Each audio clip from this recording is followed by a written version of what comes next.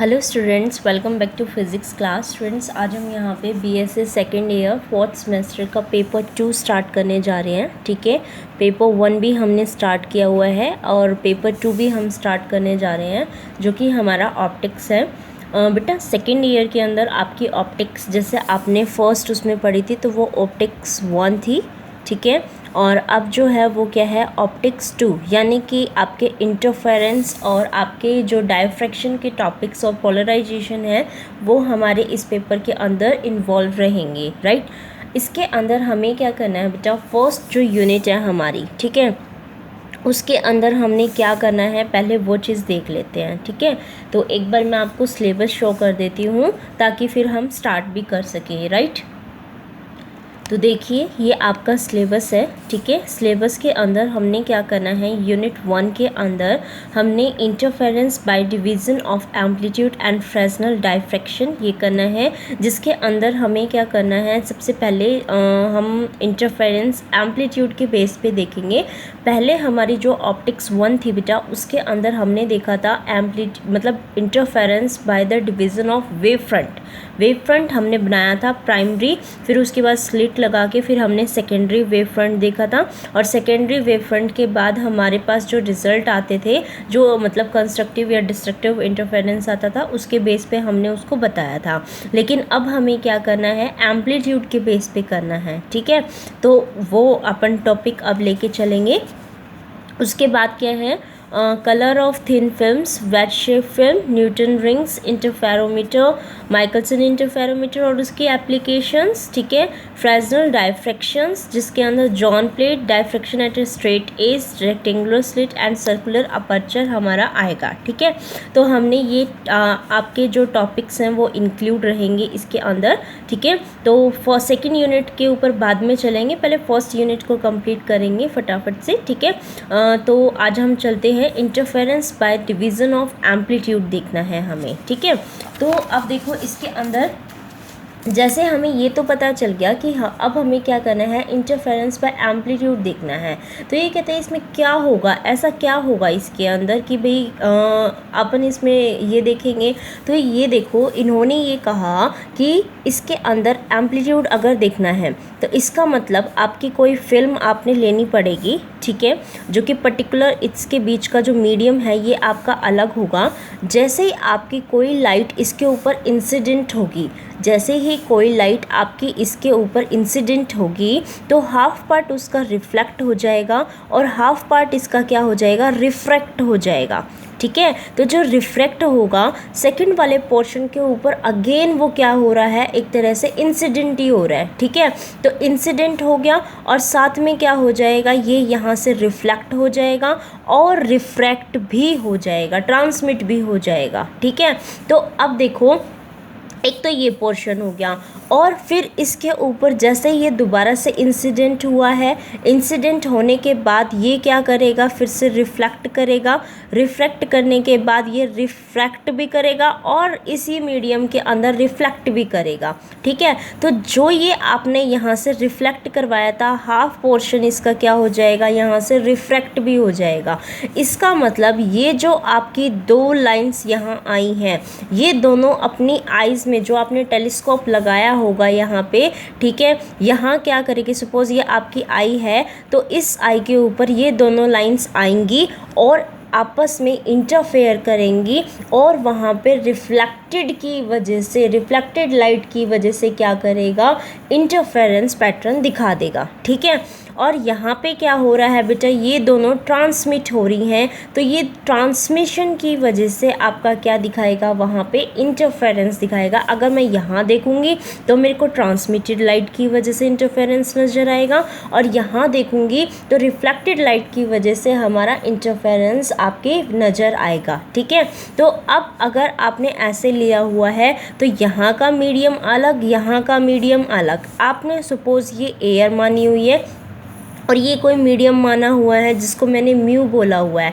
तो इसका मतलब ये आपने जो फिल्म बनाई है इसकी पर्टिकुलर थिकनेस भी होगी, तो मैंने इस थिकनेस का नाम दे दिया कि ये मेरी टी थिकनेस का हो गया है। ठीक है, तो अब इस चीज़ को अच्छे से समझने के लिए हम ये कहेंगे कि इस चैप्टर के अंदर यानी कि इस यूनिट के अंदर जो हम इंटरफेरेंस ऑफ लाइट बता रहे हैं by the division of amplitude, इसके अंदर हम क्या करने जा रहे हैं, हम जो लाइट है जो इंसिडेंट हो रही है किसी भी इसके ऊपर, आपकी फिल्म के ऊपर, उसका आधा पार्ट आपका रिफ्लेक्ट करवाएंगे और क्या करवाएंगे, ट्रांसमिट करवाएंगे। तो इस तरीके से टूट जाने के बाद जो आपके जो रिफ्लेक्शन या ट्रांसमिशन की सुपरपोजिशन की वजह से जो आपको क्या मिलेगा, वहाँ पे इंटरफेरेंस इफेक्ट मिलेगा, उसको हम क्या बोलेंगे कि ये इंटरफेरेंस ऑफ लाइट हो रहा है बाय डिवीज़न ऑफ एम्पलीट्यूड।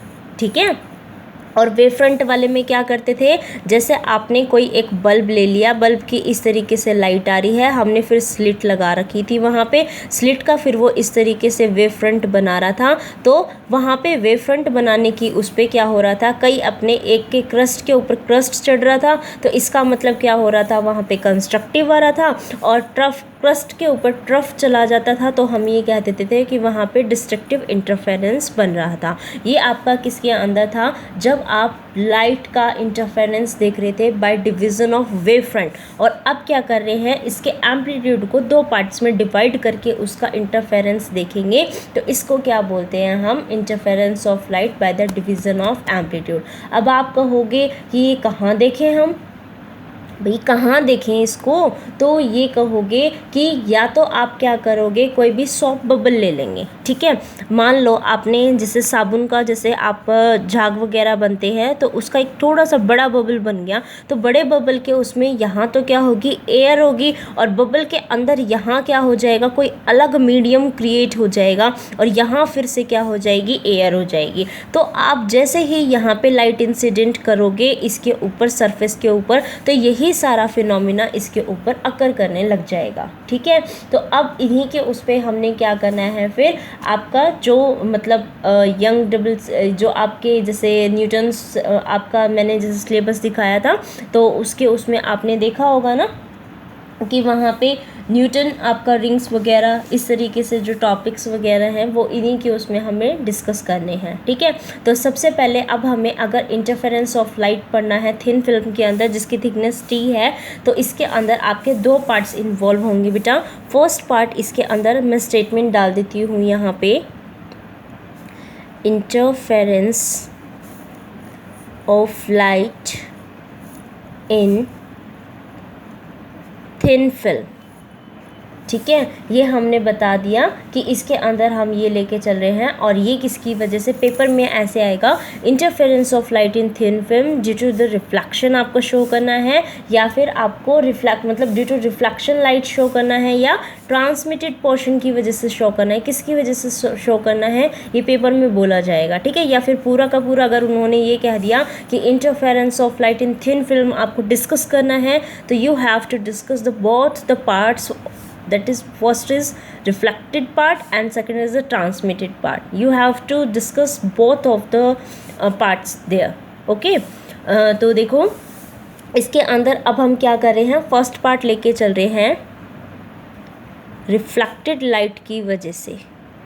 ठीक है, तो रिफ्लेक्टेड लाइट की वजह से अगर हमें इसको डिस्कस करना है तो हम इसकी थोड़ी सी कंस्ट्रक्शंस वगैरह इसकी सारी चीज़ें बता देते हैं। ठीक है, और उसको अच्छे से कर लेंगे। राइट, तो आप लिख लीजिए, इसके अंदर मैं डायग्राम बना देती हूँ, आप भी साथ के साथ बना लो, या फिर ये जो बना हुआ है इसको थोड़ा सा अच्छा सा बना देते हैं। ठीक है, तो इसको अभी छोड़ो यहाँ पे, और अभी मैं यहाँ से ही स्टार्ट करूँगी इसको। ठीक है, यहाँ से कर लेना आप। तो चलिए अच्छे से बना लो इसको। ये हमने एक फिल्म ली हुई है जो आपका x डैश y डैश लिया हुआ है। ठीक है, इसके ऊपर मैंने क्या किया, एक सोर्स ऑफ लाइट से मैंने SA लाइट ली हुई है जिसको मैंने इंसिडेंट करवा दिया A पॉइंट के ऊपर। ठीक है, ये लाइट इंसिडेंट हो रही है यहाँ से।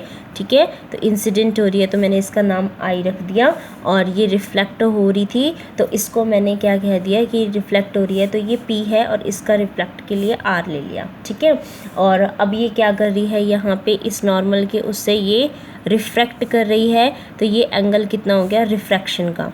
अब ये इसके ऊपर इंसिडेंट कर रही है, तो इंसिडेंट कर रही है तो मैंने इस पॉइंट को क्या मान लिया, आपका बी पॉइंट मान लिया, ठीक है, कि बी पॉइंट के ऊपर ये ए बी जो है इस पॉइंट के ऊपर ये इंसिडेंट हो गया है, और इसको मैंने क्या कर दिया, यहाँ से ये रिफ्लेक्ट करवा दिया और क्या पोर्शन इसका रिफ्रैक्ट करवा दिया, ठीक है। अब ये इसके ऊपर इंसिडेंट हुई है, इस पॉइंट को मैंने सी कंसीडर कर रखा है, और इसके ऊपर जैसे मैंने नॉर्मल ये करा है, तो ये एंगल तो कितना हो जाएगा, एक तरह से इंसिडेंट, और ये रिफ्लेक्ट हो रही है, और यहाँ से ये रिफ्रैक्ट हो रही है, ठीक है। तो अब ध्यान से देखो कि यहाँ पे ये एंगल आपका एंगल ऑफ रिफ्रैक्शन है, ठीक है, एंगल ऑफ रिफ्रैक्शन हो गया, ये आपका इंसिडेंट का एंगल है। लेकिन ध्यान से देखो, ये तो आपके पैरेलल के उसमें जैसे आपके ये एंगल्स हैं, तो ये क्या हो गया, एक जेड बन रहा है, तो इसका मतलब क्या हुआ है, जितना ये एंगल है और इतना ही जैसे ये वाला बन गया ना, ये ऐसे, ये देखो, तो ये अल्टरनेट एंगल हो गया, अल्टरनेट एंगल तो इक्वल है, इसका मतलब इस आई को मैं क्या लिखूंगी, आर, और जितना ये आई है उतना ही एंगल ऑफ रिफ्लेक्शन होता है, इसका मतलब ये भी आर ही हो गया, ठीक है। अब अगर ये आर है तो इसका मतलब यहाँ से ऐसे करेंगे तो ये भी आर हो गया, और इसको भी मैं एक तरह से आर ही बोल सकती हूँ, ठीक है। तो अब ये आर है, तो एक तरह से इसके साइड में देखूँ तो हमारा जो ये वाला, अब इसमें देखो मैंने क्या किया, यहाँ से एक ये परपेंडिकुलर ड्रॉ कर दिया, ठीक है, इसके ऊपर मैंने एक परपेंडिकुलर ड्रॉ कर दिया, और यहाँ से सी के ऊपर भी यहाँ से इस पे क्या कर दिया, परपेंडिकुलर ड्रॉ कर दिया। वो इसलिए क्योंकि इसके बाद जैसे यहाँ से ऐसे देखेंगे ऐसे, तो इसके बाद ये जितना पार्ट होगा ना, ये दोनों का इक्वल है, नीचे का पार्ट डिफरेंस अपने को देखना है इनका फिर, ठीक है। तो इस लाइन को मैंने क्या मान लिया कि ये अपना क्यू हो गया है, ठीक है, ये बी मैंने मान लिया, ठीक है, और ये बी डी जो है वो आपकी क्या हो गई, ट्रांसमिट हो गई है फिर वहाँ से, ठीक। अब अगर ये अपना आर उसमें है, तो इसको इसकी इस तरीके से अगर बनाऊंगी तो ये एंगल कितना हो गया आर, और ये भी कितना हो गया आपका, जैसे इस तरीके से बनाएंगे आर, लेकिन आर आपका एंगल ऑफ इंसिडेंस के भी इक्वल है, इसका मतलब मैं इसको एंगल ऑफ इंसिडेंस भी बोल सकती हूँ, ठीक है।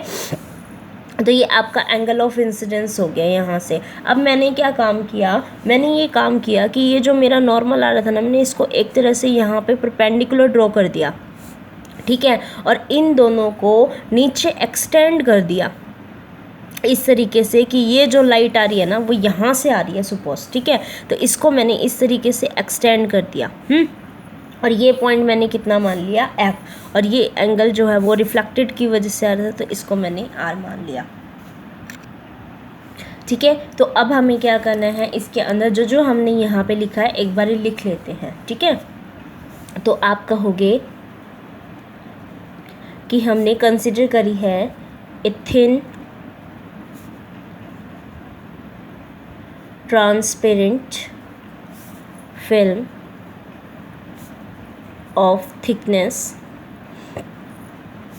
T and refractive index mu between the, ये अपनी म्यू रिफ्रैक्टिव इंडेक्स की है, और थिकनेस इसकी मैं कितनी लेके चल रही हूँ T, ठीक है, और between the two plane parallel surface x y and x dash y dash, ठीक है। let a ray SA of monochromatic light monochromatic light को इंसिडेंट कर रहे हैं, इंसिडेंट ऑन द फिल्म, ठीक है, और ए पॉइंट के ऊपर जाके जो है वो आपके दो पार्ट में डिवाइड हो गई है, ठीक है। At point A the ray is divided into two parts. A part is, एक आपका रिफ्लेक्ट हो रहा है और एक आपका रिफ्रैक्ट हो रहा है। ए पार्ट इज़ रिफ्लेक्टेड अलॉन्ग, किसके अलॉन्ग रिफ्लेक्ट हो रहा है, पी के अलॉन्ग, तो ए पी, ठीक है। और एक दूसरा पार्ट आपका रिफ्रैक्ट हो रहा है, and other part is refracted along, किसके अलॉन्ग रिफ्रैक्ट कहाँ हो रहा है, यहाँ, ये देखो बी के ऊपर अपने इंसिडेंट करा था, तो अलॉन्ग ए बी, ठीक है। अब आप क्या बोलोगे कि ए बी के ऊपर जैसे बी पॉइंट है उसके ऊपर दोबारा से ये क्या करेगा, आपका रिफ्लेक्ट, और दोबारा से क्या करेगा, आपका ट्रांसमिट, ठीक है। तो आप कहोगे कि the ray A B at point B is partially refracted along, किसके along रिफ्रैक्ट हो रही है, आपकी BD, and partially reflected along, किसके अलॉन्ग रिफ्लेक्ट हो रही है, BC, ठीक है। तो उसके बाद जो BC है आपकी, वो आपकी इमर्ज आउट हो जाएगी, जैसे जो BC है उसके बाद वो ट्रांसमिट हो जाएगी ना इस पॉइंट पे, तो C पॉइंट के ऊपर दोबारा से ये जैसे जाएगा तो ये रिफ्लेक्ट हो जाएगा, रिफ्रैक्ट हो जाएगा, तो उसको क्या बोलेंगे, इमर्जेस आउट, यानी कि ट्रांसमिट कर रहा है उसको, ठीक है। तो ये इस तरीके से हो जाएगा। तो आप क्या लिखोगे, a part of ray BC emerges out as CQ, ठीक है। CQ पे हमने उसको ट्रांसमिट करवा दिया। अब क्या काम किया आपने, CN, इसको मैंने नाम दे दिया कि ये मेरा N था, और इसको मैंने नाम दे दिया कि ये मेरा कितना है, M। तो मैंने क्या किया है, CN और AM इन दोनों को क्या किया है, आपका परपेंडिकुलर ड्रॉ किया है, ठीक है। CN को तो परपेंडिकुलर ड्रॉ किया है AP पे, और AM को परपेंडिकुलर ड्रॉ किया है किस पे, BC पे, ठीक है। तो आप कहोगे ड्रॉ परपेंडिकुलर, किसको, CN को, draw CN perpendicular on AP and AM perpendicular on किसके ऊपर, BC के ऊपर, ठीक है। तो अगर ये इस तरीके से है तो जो आपके रिफ्लेक्टेड लाइट है AP और CQ, वो दोनों सुपर इम्पोज करेंगे ताकि वो इंटरफेरेंस पैटर्न को प्रोड्यूस कर सके। तो आप कहोगे, क्या कहोगे, बोलो। तो आप ये कहोगे कि यहाँ से जो अपनी ये लाइट आ रही हैं दोनों, ये क्या करेंगे, सुपर इम्पोज, ठीक है। तो आप कहोगे कि the reflected raise AP and CQ super impose, ताकि वो इंटरफेरेंस पैटर्न प्रोड्यूस करेंगे, तो टू प्रोड्यूस इंटरफेरेंस पैटर्न, ठीक है। अब हमें इंटरफेरेंस पैटर्न के उसमें देखना है, तो हम अपना पार्ट डिफरेंस निकाल लेते हैं, ठीक है। तो आपको यही आपकी जो रेज आई थी ना बेटा, ये वाली देखो, ये वाली और ये वाली, इसी के उस पर पार्ट डिफरेंस देखना है। अगर इन दोनों के उस पर आपको पार्ट डिफरेंस देखना है तो इतना इतना पोर्शन तो सेम है, इतना पोर्शन तो अपना सेम है, ठीक है। डिफरेंस कहाँ आ रहा है, डिफरेंस आ रहा है इसमें और ये वाला, ठीक है, इसमें और ये वाला। अगर ये सेम मीडियम में होता तो मैं ऑटोमेटिकली इसको भाई बना देती सारा का सारा, लेकिन अब ये एयर में है और ये किस में है, मीडियम में, तो मीडियम वाले में से एयर वाला सब्ट्रैक्ट होगा पार्ट डिफरेंस, ठीक है। तो एयर का कितना है AN और मीडियम का कितना है AB प्लस में BC, लेकिन इसके साथ आपका क्योंकि हमें ये नहीं पता ये किसकी बनी है, तो रिफ्रैक्टिव इंडेक्स म्यू लेना पड़ेगा, लेकिन एयर का तो पता है 1 है। तो आप ये कहोगे, आप क्या कहोगे, द ऑप्टिकल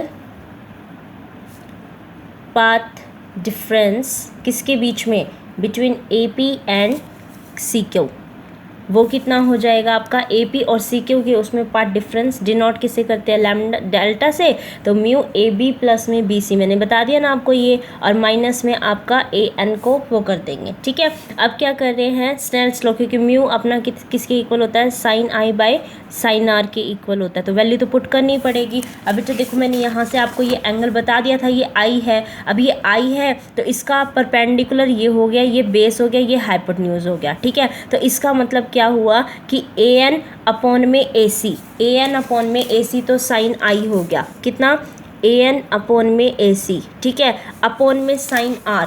अगर मैं यहाँ से ये एंगल ले लूँ तो ये अपना परपेंडिकुलर हो गया, ये बेस और ये हाइपोटेन्यूज, तो परपेंडिकुलर अपॉन हाइपोटेन्यूज होता है, तो यानी कि सी एम अपॉन में ए सी, तो यानी कि ये कितना हो गया अपना सी एम अपॉन में ए सी, तो ए सी से तो ए सी कैंसिल हो गया, ये कितना हो गया A M by C M. ठीक है, तो यहाँ से अपने पास ये वैल्यू आ गई है स्नेल्स लॉ की, और यहाँ से मैंने ए एन की वैल्यू निकाल दी है, ए एन कितना हो गया म्यू इंटू में सी एम। अब मैं जहाँ पे भी पुट करूँगी ना ए एन की वैल्यू को यही पुट करूँगी म्यू इंटू में सी एम, तो यहाँ पे पुट कर दो तो delta is equal to mu. अब एक काम करो, देखो ये भी म्यू में हो गया, ये भी म्यू में है, तो सारा इकट्ठा लिख दूँ, ए बी प्लस में बी सी माइनस में कितना हो जाएगा आपका सी एम।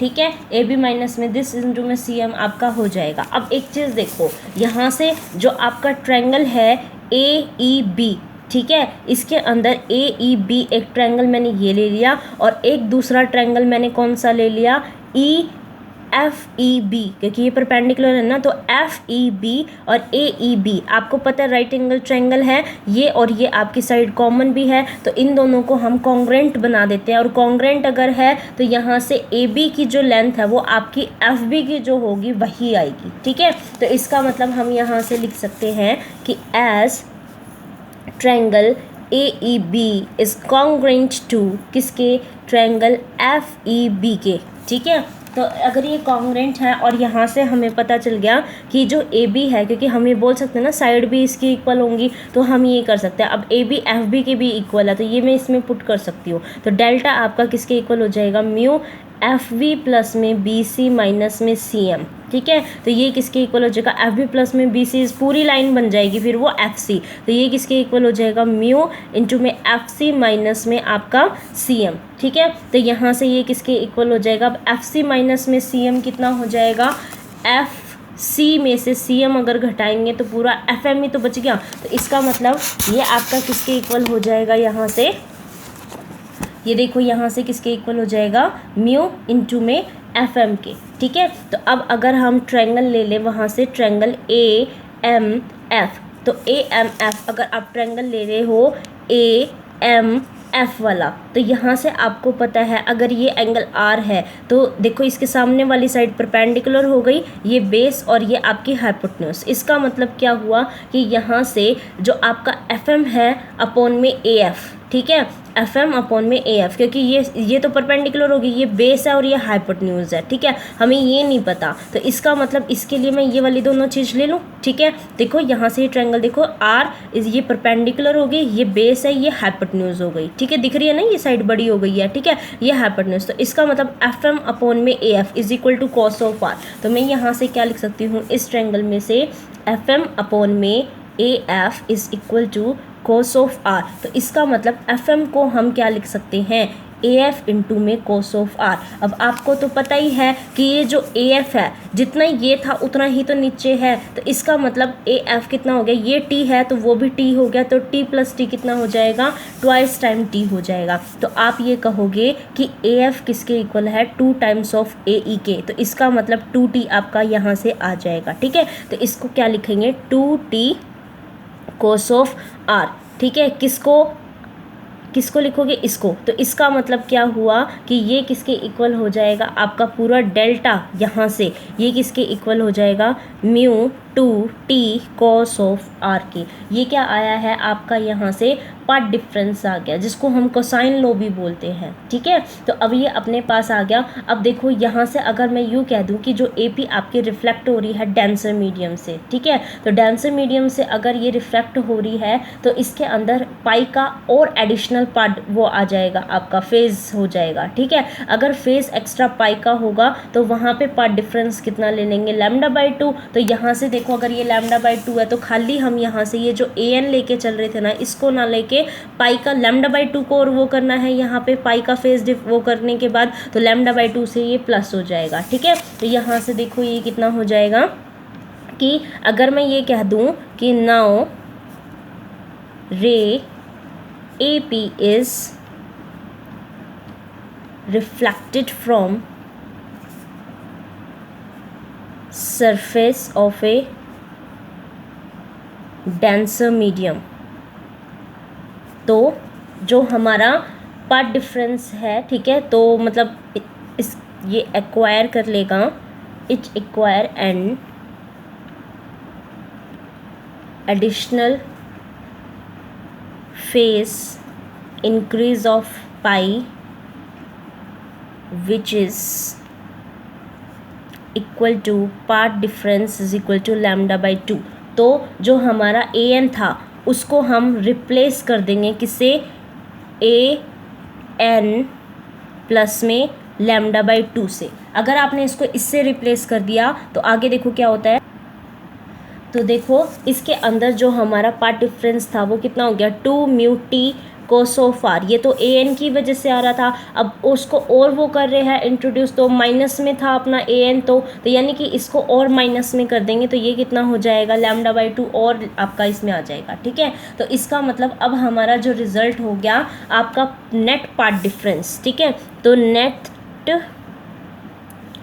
पाथ डिफरेंस, ठीक है, आपके दोनों रेज के बीच में A P and C Q आपका ये आ गया है। ठीक है, अब इसके केसेस क्या हो सकते हैं उनको अच्छे से देख लो और इसके क्या बना देंगे, फिर उसके बाद हम आपके वो जो अपन कंडीशन बनाते हैं ना, ठीक है, इंटरफेयर वो वाली कंस्ट्रक्टिव और डिस्ट्रक्टिव वाली, उसको देख लेंगे। ठीक है, तो इसमें देखो अपने दो केस हैं, क्या कि अगर हम जो ये वेवलेंथ जो हमारी लाइट इंसिडेंट करवा रहे हैं उसके बेस पे बता रहे हैं, तो अगर थिकनेस हमारी कम हो गई, ठीक है, तो ये हम ये कहेंगे कि फर्स्ट केस लेके चलेंगे कि इफ़ जो हमारी थिकनेस है वो हमारी बहुत कम हो गई लैम्डा से, अगर हमारी इससे कम हो गई तो इसका मतलब थिकनेस कम है, इसका मतलब तो ये पूरी जो चीज़ थी ये तो बहुत कम हो गई, ये कम हो गई, तो पूरा का पूरा जो पार्ट डिफरेंस है वो किस पे, लैम्डा बाई 2 के ऊपर डिपेंड कर गया। ठीक है, तो हेयर जो अपना पार्ट डिफरेंस है वो किसके उसमें हो जाएगा, is equal to lambda by 2। समझ में आ रहा है ना कि कैसे आपने इसको बताया, क्योंकि ये कम हो गया तो ये निगलेक्ट, तो ये पूरा इस पर डिपेंड कर गया। ठीक है, उसके बाद सेकंड केस लेके चल रहे, थिकनेस हमारी बड़ी है भाई वेवलेंथ से, अगर ये हमारी थिकनेस ज़्यादा है तो कंडीशन इसकी लगानी पड़ेगी हमें इंटरफेरेंस उसकी कंस्ट्रक्टिव और उसके लिए। ठीक है, तो अगर हम ये कहें कि for maximum of intensity of light, maximum of intensity आपकी लाइट की किसकी उसमें कंडीशन क्या होती है, एन लैम्डा के इक्वल होती है ना, तो ये कितना हो जाएगा, delta is equal to 2 mu t cos of r minus में लैम्डा बाई 2 किसके इक्वल हो गया, एन लैम्डा के, तो इसको इधर लेके आ जाएंगे, तो यहाँ से 2 mu t cos of r किसके इक्वल हो जाएगा आपका 2n प्लस में 1 लैम्डा बाई 2 के। ठीक है, तो इसका मतलब आपकी कंडीशन क्या आई है, अब ये वाली आई है। ठीक है, और यहाँ पे n क्या ले सकते हैं, 0 1 2 3 एंड सो ऑन। ठीक है, अगर मैं ये कह दूँ मिनिमम निकालनी हो तो फॉर मिनिमम ऑफ इंटेंसिटी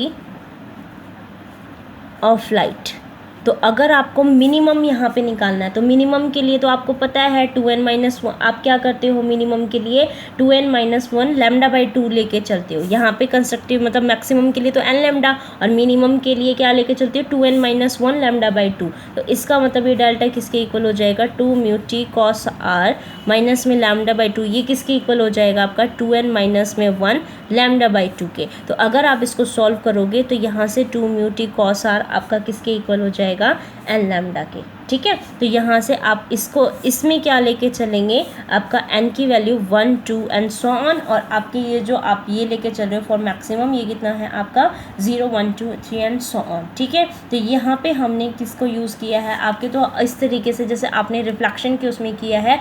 अब नेक्स्ट टॉपिक क्या होगा हमारा, ट्रांसमिशन जब आप कर रहे हो तो ट्रांसमिटेड लाइट की वजह से सुपर इम्पोजिशन कैसे होगा वो पढ़ेंगे, ठीक है। तो यहाँ तक आप इसको कवर कर लीजिए। ये क्या है आपका रिफ्लेक्टेड लाइट की वजह से सुपर इम्पोजिशन, यानी कि interference of light by the due to the reflection, ठीक है। ये हमने कंप्लीट कर लिया है, ठीक है। Thank you for watching this video.